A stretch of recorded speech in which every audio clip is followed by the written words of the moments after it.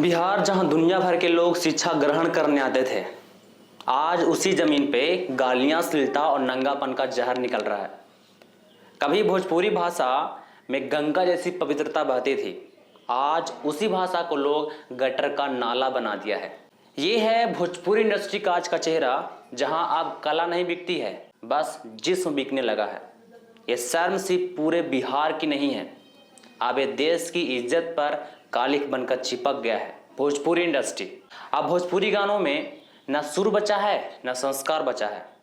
अगर कुछ बच गया है ना, तो सिर्फ बचा है गालियां, बेहुदगी और औरत के जिस्म की नीलामी। गानों में आप देखेंगे ना, तो लहंगा, कमरिया और बेडरूम जैसे शब्द इसमें इस्तेमाल किए जाते हैं।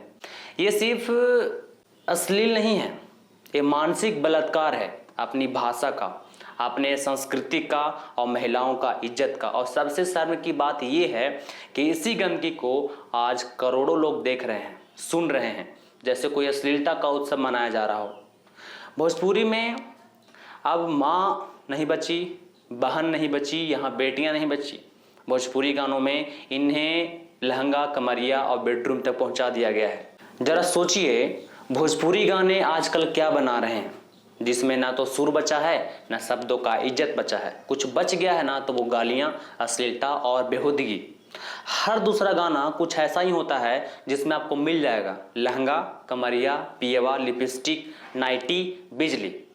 भाई साहब, ये गाना नहीं है, ये खुली अश्लीलता है जो दिन रात मोबाइल में घूम रही है। और सबसे बुरी बात यह है कि इन गानों में औरत को सिर्फ एक चीज की तरह दिखाया गया है। उसमें कोई उसे मां नहीं कह रहा है, कोई उसे बेटी का आदर नहीं दे रहा है। यही गाने आज लाखों करोड़ों लोग देख रहे हैं अपने फोन में।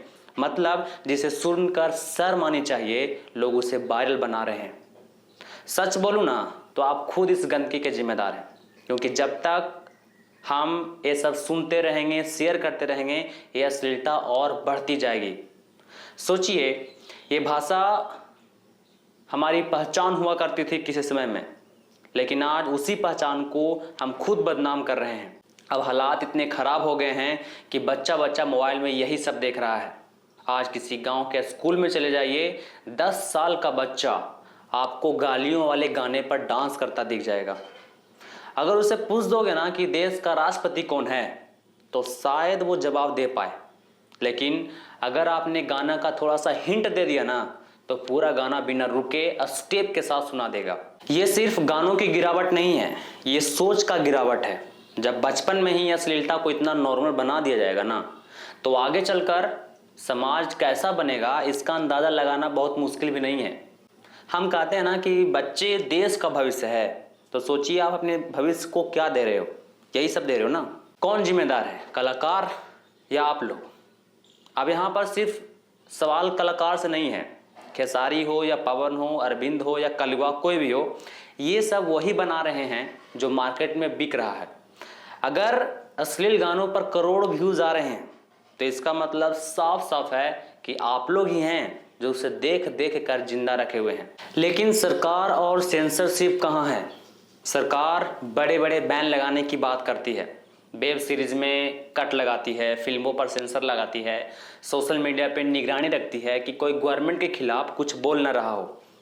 लेकिन भोजपुरी गानों की दुनिया में यहाँ कोई नियम नहीं है, यहाँ पे कोई सेंसर नहीं है, कोई जिम्मेदारी नहीं है। हर दिन यूट्यूब पर दर्जनों अश्लील गाने अपलोड हो रहे हैं, खुलेआम, बिना किसी रोक टोक के, बिना किसी चेतावनी के।